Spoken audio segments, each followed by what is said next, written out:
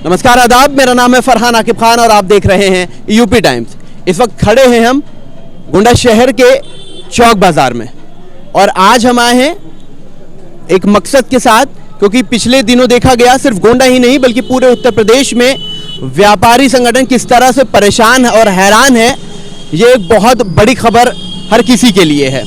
जब GST team ने सिर्फ गोंडा ही नहीं बल्कि प्रदेश के हर जिलों हर शहरों में दस्तक दी, उसके बाद जिस तरह से एक माहौल बना उसने कोरोना की याद दिला दी। क्योंकि कोरोना काल में जिस तरह से शटर बंद रहते थे, सड़कों पर सन्नाटा रहता था, लगभग साल भर बाद फिर वही तस्वीर दिखी, लेकिन वजह दूसरी थी।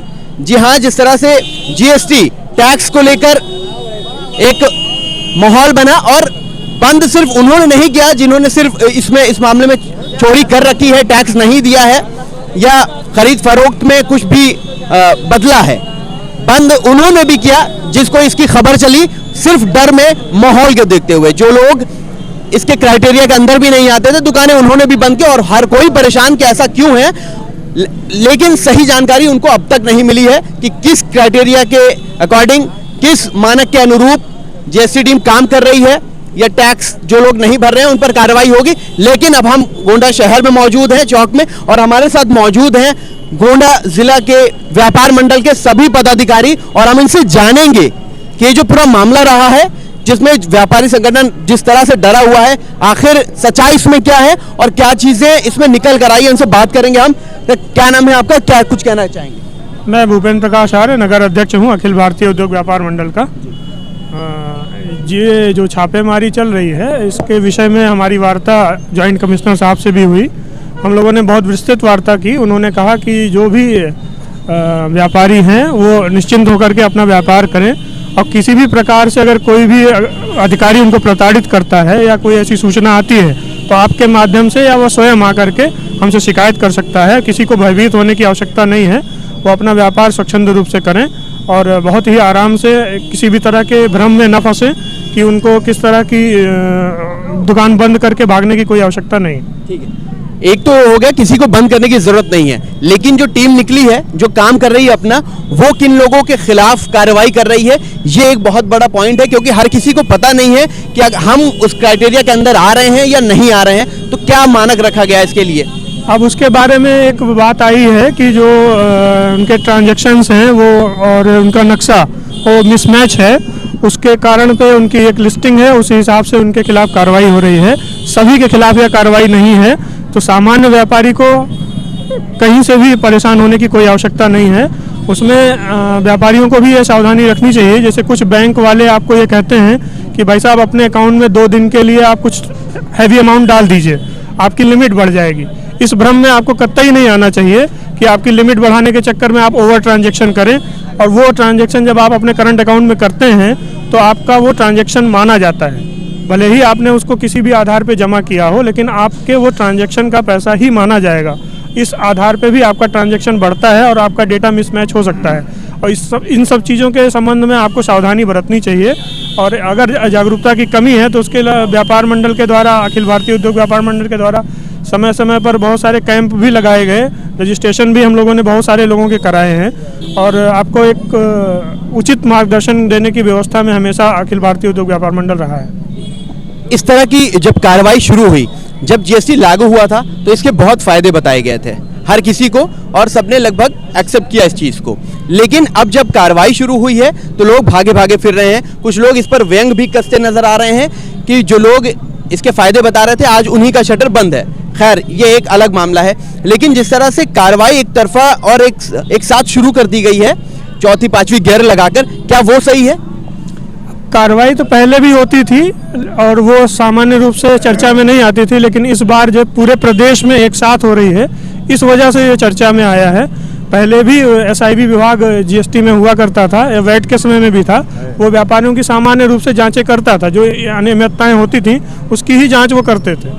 अगर कोई कंप्लेंट है, कोई ऐसी चीज़ है तो वो जांच करते थे। लेकिन अब इस बार ऐसा इसलिए हो रहा है कि पूरे प्रदेश में एक साथ हुआ है तो लोगों के अंदर एक भय व्याप्त हुआ है। लेकिन ऐसे भय में किसी को रहने की आवश्यकता नहीं है।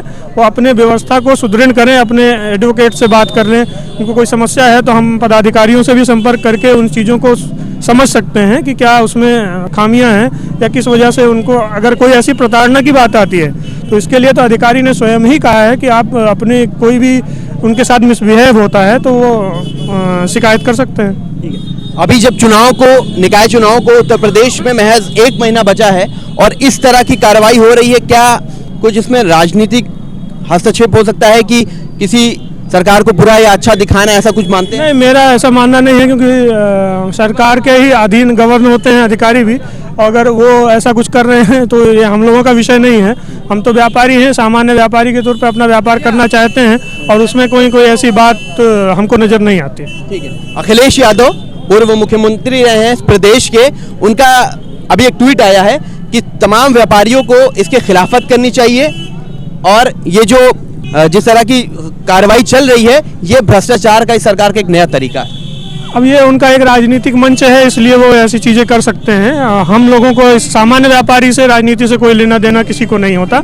हम अपने व्यापार में ही फुर्सत नहीं पाते और शायद उसी फुर्सत न पाने की वजह से लोग ये समझते हैं कि समय समय पर जागरूकता अभियानों में भी लोग कम शामिल हुए और इस वजह से राजनीति करना ये उचित चीज़ नहीं है। व्यापार मंडल गोंडा के तमाम व्यापारी के लिए कैसे खड़ा है और क्या जानकारी अब तक उन्होंने पहुंचाई है और क्या कुछ अभी करना बाकी है? हम आश्वस्त करना चाहेंगे कि किसी भी व्यापारी का उत्पीड़न नहीं होगा। किसी भी अगर ऐसी कोई सूचना किसी के पास आती है तो हमारे किसी भी पदाधिकारी को वो सूचना दे सकते हैं। हम उनको सक्षम अधिकारियों तक ले जा करके और उनका समाधान कराने की पूरी व्यवस्था करेंगे। इसके लिए हम उनके साथ खड़े हैं। एक बहुत बड़ी समस्या हम तक भी आई कि जो लोग जिनके बहुत छोटे काम हैं, छोटे व्यापारी हैं या स्टार्टअप है, वो बहुत परेशान दिखे कि और वो भी दुकान बंद कर भागे रहे, तो क्या उन्हें ऐसा पेन लेने की जरूरत है भी या नहीं? कतई नहीं है। ऐसा पेन लेने की किसी को भी आवश्यकता नहीं है, चाहे वो छोटा व्यापारी हो, चाहे स्टार्टअप वाला हो, चाहे बड़ा वाला हो। आपको अपने प्रपत्रों को ठीक करना है। उस ठीक करने की व्यवस्था में आप अपने एडवोकेट्स, अपने साथी व्यापारी, अपने महाजन सभी का सहयोग, जहां से भी आपको जानकारी आवश्यकतापूर्ण लगती है, और या जीएसटी कार्यालय में भी हम लोगों के संगठन के द्वारा ही एक व्यापारी हेल्प डेस्क की स्थापना की गई है और वहां पे भी जा करके आप अपनी समस्याओं का निराकरण आराम से करा सकते हैं। कोई भी जानकारी आपको चाहिए तो वो भी आप ले सकते हैं। उसमें इस तरह की अफरा तफरी बनाने की कोई आवश्यकता नहीं है। अब लोगों के समझ में कोई ऐसी बात अगर है तो वो अपना समाधान कराने के लिए अपने प्रश्न हम तक पहुंचाएं और हम लोग उसकी पूरी तरह। हेल्प डेस्क की आपने बात की, कहां पर है और कैसे वहां तक पहुंचे? ये वाणिज्य कर कार्यालय में ही नीचे ग्राउंड फ्लोर पे ही एक वहाँ पे बोर्ड भी लगा हुआ है हेल्प डेस्क का। वहाँ पे जा करके वहाँ पे कोई ना कोई एक सक्षम अधिकारी आपको मिलेगा जो आपकी समस्याओं का निस्तारण करने के लिए तत्पर है। ठीक है, बहुत बहुत शुक्रिया आपका। आप लोग कुछ कहना चाहेंगे पूरे मामले को लेकर अभी तक जो हुआ? जगदीश रायतानी, प्रांतीय मंत्री, जिला प्रभारी, अखिल भारतीय उद्योग व्यापार मंडल गोंडा। सभी व्यापारियों से मैं अपील करना चाहता हूं कि जैसे हम लोग की जीएसटी अधिकारियों के साथ वार्ता हुई थी, उन्होंने स्पष्ट रूप से कहा है कि किसी भी व्यापारी का अनावश्यक रूप से उत्पीड़न नहीं किया जाएगा, चाहे वो छोटा व्यापारी हो चाहे बड़ा व्यापारी हो।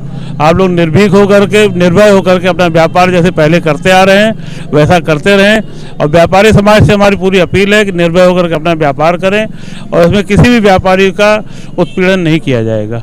ठीक है। एक बहुत ज़्यादा र्यूमर भी चलने लगा कि फला दुकान पर, फला जगह, नवाबगंज, वजीरगंज, तरफगंज, दानेपुर 10 लाख व्यापारी से ले लिया गया, 10,000 ले लिया गया, उन्होंने 50,000 दिया। ऐसा है? कार्रवाई इस तरह की हो रही है? क्या पैसा चल रहा है या सिर्फ अफवाह चल रही है? पूरे जनपद में कहीं भी किसी व्यापारी का उत्पीड़न विभाग के द्वारा नहीं किया गया है। विभाग हम लोगों के बराबर संपर्क में है। हमारी व्यापारी नेताओं से उनकी लगातार वार्ता चल रही है। अगर कहीं भी किसी भी प्रकार की शिकायत पाई गई तो हम लोग संघर्ष करेंगे जी।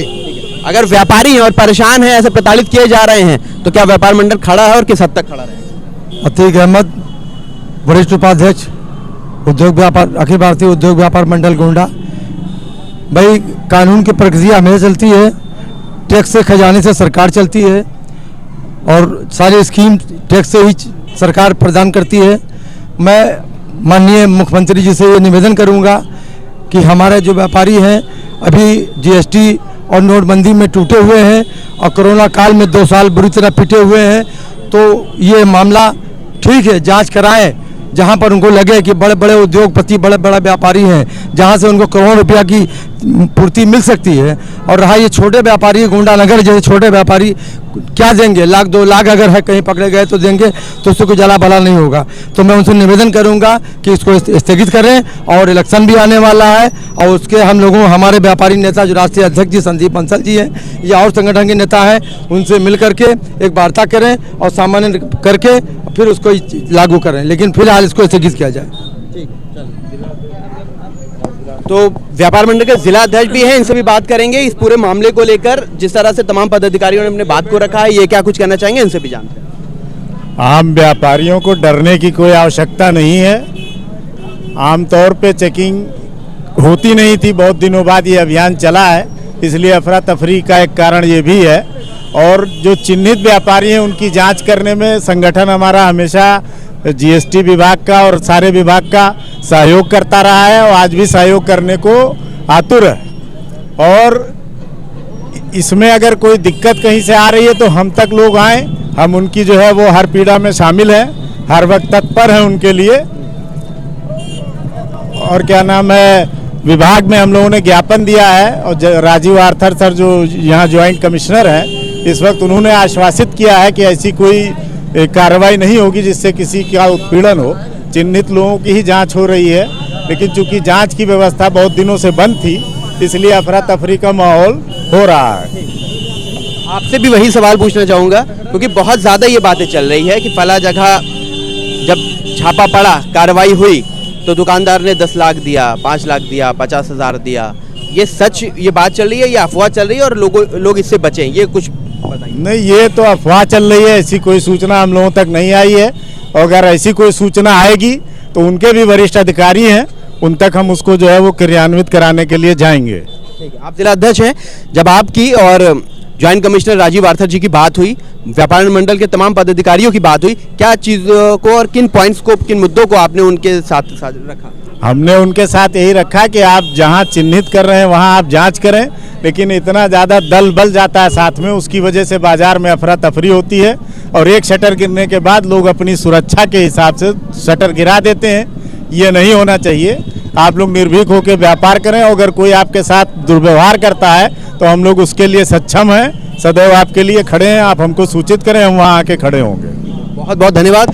तो सुना आपने, ये तमाम पदाधिकारी हैं व्यापार मंडल के, और क्या कुछ इससे संबंधित पूरा मामला रहा है, हर पदाधिकारी ने अपनी बात को रखा है। सभी ने ये कहा है कि किसी भी व्यापारी को डरने की जरूरत नहीं है, सभी निर्भीक रहें, दुकानों को खोलें, और खासकर जो छोटे व्यापारी हैं उन तक कोई भी ऐसी प्रताड़ना नहीं होगी। ज्वाइंट कमिश्नर जो है उनसे भी बात हो चुकी है पूरे मामले को लेकर। हम उम्मीद करते हैं आपको वीडियो से काफ़ी राहत मिलेगी, और तमाम अगर आप उसके बाद भी अगर किसी भी तरह की इंक्वायरी है तो आप इनके जो व्यापार मंडल के पदाधिकारी हैं उनसे संपर्क कर सकते हैं। उन्होंने अपना पता भी पूरा बताया है, और इससे ज़्यादा अधिक जानकारी के लिए, कोई कंफ्यूजन है, आप हमसे संपर्क कीजिए। ऐसी तमाम अपडेट्स के लिए, ऐसे खबरों के लिए आप देखते रहिए यूपी टाइम्स में। फरहान आकिब खान, मुझे दीजिए इजाज़त, धन्यवाद।